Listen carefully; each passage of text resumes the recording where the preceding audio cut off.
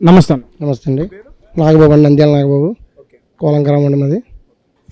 అయితే ఇక్కడ పవన్ కళ్యాణ్ గారు ఎమ్మెల్యేగా గెలిస్తే ఇక్కడ ప్రజలు ఏం కోరుకుంటున్నారు అంటే ఒక స్టేట్కి సంబంధించిన లీడర్ ఇక్కడ ఒక ఎమ్మెల్యే గెలిచేయడానికి గర్విస్తారా లేకపోతే ఇక్కడ అభివృద్ధి చేయించుకుంటారా? అభివృద్ధి చేయించుకుంటారండి. అన్ని రకాలుగా కేంద్రం సపోర్టుతో, ఇక్కడ వర్మ గారి సపోర్టుతో అన్ని రకాలుగా అభివృద్ధి చేయించుకుంటారు. అది ఇక్కడ పిఠాపురంలో ఇప్పటివరకు ఇక్కడ ఏమేమి లేవు, సమస్యలు ఏమున్నాయి? అన్ని సమస్యలు అండి పిఠాపురానికి. పిఠాపురం అంటేనే లోకువ ప్రతి ఒక్కరికి. రావడం, ఎక్కడి నుంచో రావడం, గెలిచేయడం, పోవడం, మళ్ళీ 5 సంవత్సరాల తర్వాత మళ్ళీ ఓట్లు ఆడనే రావడం. ఇప్పుడు అలాగే చేస్తున్నారండి. వైఎస్ఆర్సీపీ ఏం చేస్తున్నారు? ఆవిడకి ముందు ప్రజారాజ్య పార్టీలో గెలిచింది, వెళ్ళిపోయింది. గెలుచుకుంది, ఆడపడుచు అంది, వెళ్ళిపోయింది.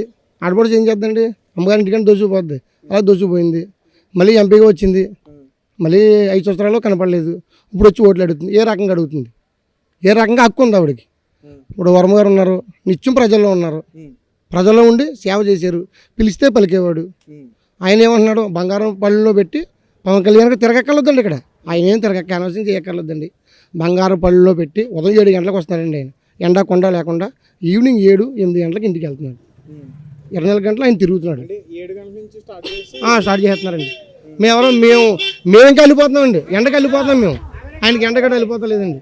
నాకు ఎండా కొండ కాదు, పవన్ కళ్యాణ్ గారిని అఖండ మెజార్టీ 1,00,000 ఓట్ల మెజార్టీతో గెలిపించాలి మనం. నా మెజార్టీ నాకు 48,000 వచ్చింది. ఆయన 1,00,000 ఓట్ల మెజార్టీతో మనం గెలిపించాలి.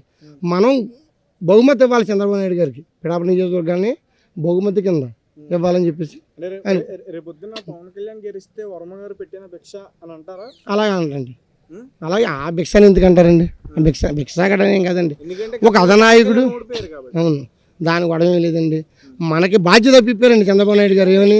పవన్ కళ్యాణ్ గారిని పిఠాపురం పోటీ చేస్తున్నారు, మీరు గెలిపించి తీసుకురావాలి. అదేనండి భిక్ష. అవన్నీ ఎవరో అంటారండి, అయ్యేం కాదు. ఒక బాధ్యత పిప్పారండి. ఓడిపోవడం అన్నది కలండి. ఇంకా ఆ మాట మీరు అనొద్దు. ఎవరి మీద పడదండి. జెన్యున్గా చేస్తున్నారండి. ఆయనే అంతటోడే పరమాత్మ లాంటి జెన్యున్గా చేస్తున్నాడు.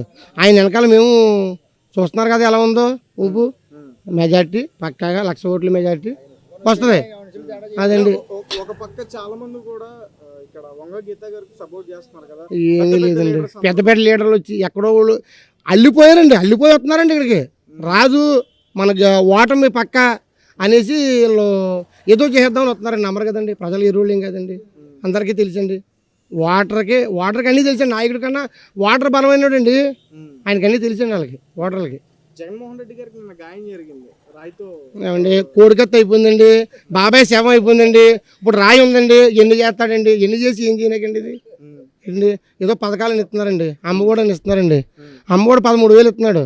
ఏంటండి, ఇది వరకు మా పిల్లోడికి 20,000 ఫీజు కట్టుకోండి నేను, ఫీజు ఆటోకి. ఇప్పుడు ఇవాళ 45,000 కడుతున్నానండి నేను. ఎందుకంటే 13,000 ఇవ్వమని ఎవరు చెప్పాడండి? మమ్మల్ని బాధించమని ఎవరు చెప్పారండి? నిత్యావసరాలు తగ్గించమనండి, అవి చేయమనండి. అవి చేయలేదండి. అన్ఫిట్ అయిపోయాడండి ఆయన సీఎంగా. ఇంకా ఆయన పనికిరాడండి. ఇంకా ఆయన ఇంటికి పంపిస్తారండి.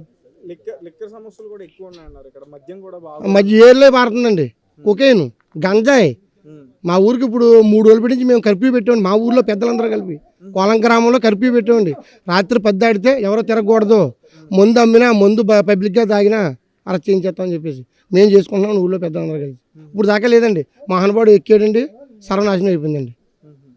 పిల్లల భవిష్యత్తు పోయిందండి. అవునండి, అవునండి, అవునండి. గంజాయిలు, కొకేన్లు వస్తున్నాయండి. తప్పుదారి పట్టిస్తున్నారండి. వాళ్ళే మొత్తం సర్వనాశనం చేయడానికి సీఎంగా వేయడండి. ఒక సాయంత్రం అని చెప్పాడండి. ఒక సాయంత్రం ఇచ్చినందుకు సాధ తెచ్చేయడండి. అది సిద్ధం పద్ధం ఇంకా ఎన్ని అనవసరం సార్. ఇంకేం రాదండి. ఆయన సర్దుకుని ఇంటికి వెళ్ళిపోవచ్చండి. ఇంటికి పంపిస్తారండి. అదండి. ఓకే సార్, థ్యాంక్ యూ అన్న. ఇక్కడ పవన్ కళ్యాణ్ గారిని ఓడించడానికి ముద్రగడ పద్మనాభం గారు కంకణం కట్టుకున్నారంటూ చాలామంది చెప్తున్నారు. ఆయన సపోర్ట్ కూడా వంగ గీత గారికి చేస్తున్నారు. సో దాన్ని మీరు ఎట్లా చూస్తాం? ఎలా చూస్తున్నామండి? మాకు ఏ పార్టీ ఆ పార్టీకి చేసుకుంటే మేము తెలుగుదేశానికి చేస్తాం. తెలుగుదేశం జనసేనకి చేస్తుంది. పక్కాగా గెలిపించుకుంటాం మేము. అంటే ముద్రగడ పద్మనాభం మా పక్క నియోజకవర్గం వాళ్ళు వచ్చి ఇక్కడ ఏం చేస్తారండి? వాళ్ళని ఇన్ఛార్జీలుగా పెట్టారు కదా ఇక్కడ. అదేండి, పెట్టారండి వాళ్ళకి ఏదో మామూలుగా వైసీపీ మనుషులు ఉంటారు, ఆ వైసీపీ మనుషులు వాళ్ళ వెనకాల తిరుగుతారు. మా దాంట్లో వాళ్ళు తీసిపోరు కదా. ఇప్పుడు జనసేన మనుషులు కానీ తెలుగుదేశం మనుషులు కానీ తీసిపోరు. 2 పార్టీలు టైఅప్ అయ్యి చక్కగా గెలిపించుకుంటాం మేము. పవన్ కళ్యాణ్ గారు పక్కగా గెలుస్తారు. వర్మ గారు సపోర్ట్ లేకపోతే పవన్ కళ్యాణ్ గారు ఇక్కడ గెలవడం కష్టమా? వర్మ గారు సపోర్ట్ లేకపోతే అంటే మీరు కానీ తీసిపోతారా వర్మ గారిని? ఏంటి వర్మ గారు ఇంకా పవన్ కళ్యాణ్ మనిషే కదా. ఇప్పుడు ఇంకా సపోర్ట్ లేకపోవడం ఇప్పుడు ఉంటుంది. అంటే తన వర్మ గారి అభిమానుల్లో కొంతమందిలో అసంతృప్తి ఉందని విన్నాను నేను. వర్మ గారి అభిమానులు అండి మేము. వర్మ గారు చెప్తేనే చేస్తాం మేము. మరి ఎండ కొండ లేకుండా తిరుగుతున్నాం మరి పవన్ కళ్యాణ్ గారు జెండా పట్టుకునే. మరి చాలా మంది ప్రజలు కూడా ఇక్కడ పవన్ కళ్యాణ్ గారు రావట్లేదు, ఆయన ప్రచారం చేయట్లేదు అని చెప్పేసి అంటారు. స్టేట్ లీడర్ అండి ఆయన. స్టేట్ లీడర్ ఎందుకు వస్తారు? మమ్మల్ని చంద్రబాబు నాయుడు గారు ఇది పెట్టిన దగ్గర చంద్రబాబు నాయుడు గారు క్యాన్వాసింగ్ చేసుకుంటాడా? ఆయన స్టేట్ లీడరు. ఇప్పుడు ఎంపీ గారు ప్రతి ఇంటింటికి తిరిగి ఓటు అడగలరా? ఇప్పుడు ఎంపీకి పెట్టిన వాళ్ళు ఎంపీ సింబలే చూపిస్తారు తప్ప ప్రతి ఇంటింటికి తిరిగి ప్రోగ్రాంలో ఉండరు కదా. పవన్ కళ్యాణ్ గారు ఆయన స్టేట్ లీడరు. ఆయన ఎన్ని వేల ఓట్లతో పవన్ కళ్యాణ్ గారిని ఇక్కడ గెలిపించుకుంటారు? పవన్ కళ్యాణ్ గారికి ముందు వర్మ గారి మీద ఇంకా ఎంతో కొంత మెజార్టీ వస్తుందని ఆశాభావం వ్యక్తం చేస్తున్నామండి మేము.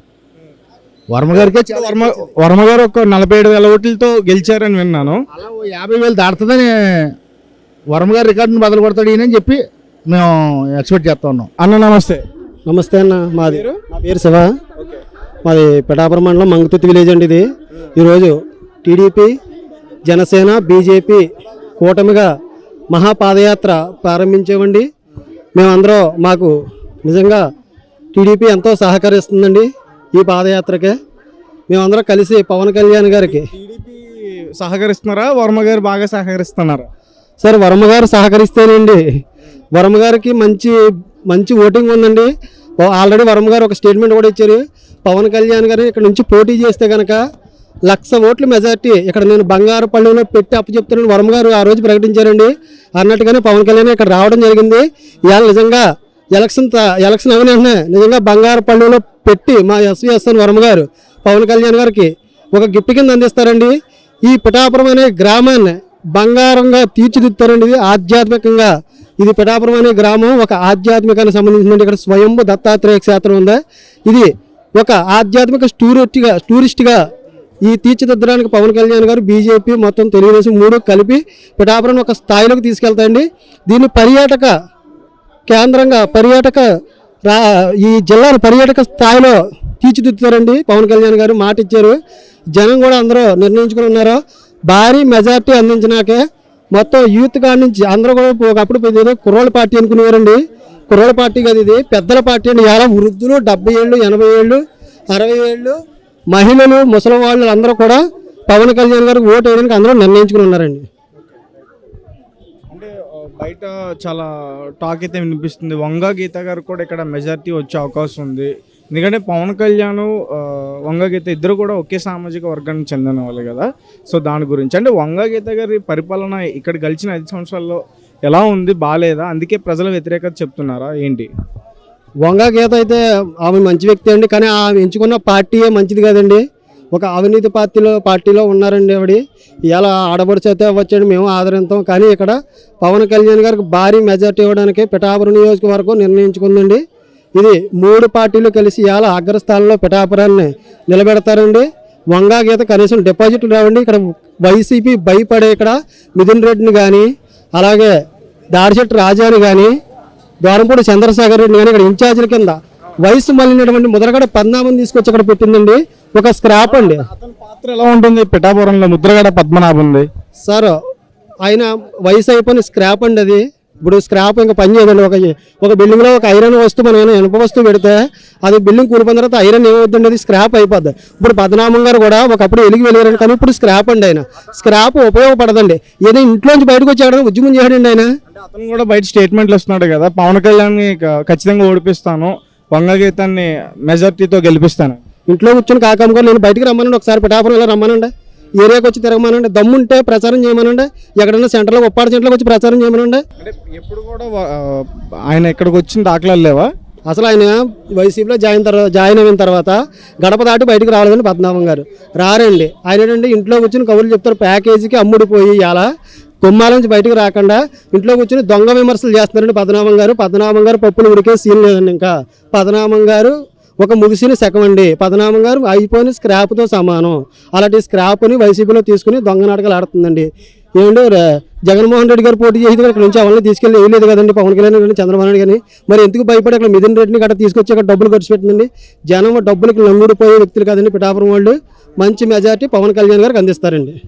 అంటే నిన్న జగన్మోహన్ రెడ్డి గారి పైన దాడి చేశారు, రాయితో కొట్టారు, ఈ న్యూస్ విన్నారా మీరు? సార్ 2019 ముందు కోడికత్తి అని ఒక డ్రామా జరిగిందండి. అలాంటి కోడికత్తి ఇప్పుడు ఒక రాయి డ్రామా అండి, అంతే.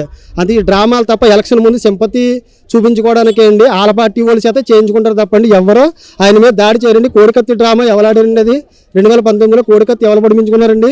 కోడికత్తి స్వయంగా జగన్మోహన్ రెడ్డి పొడిపించుకుని సింపతితో ఓట్లు తెచ్చుకోండి.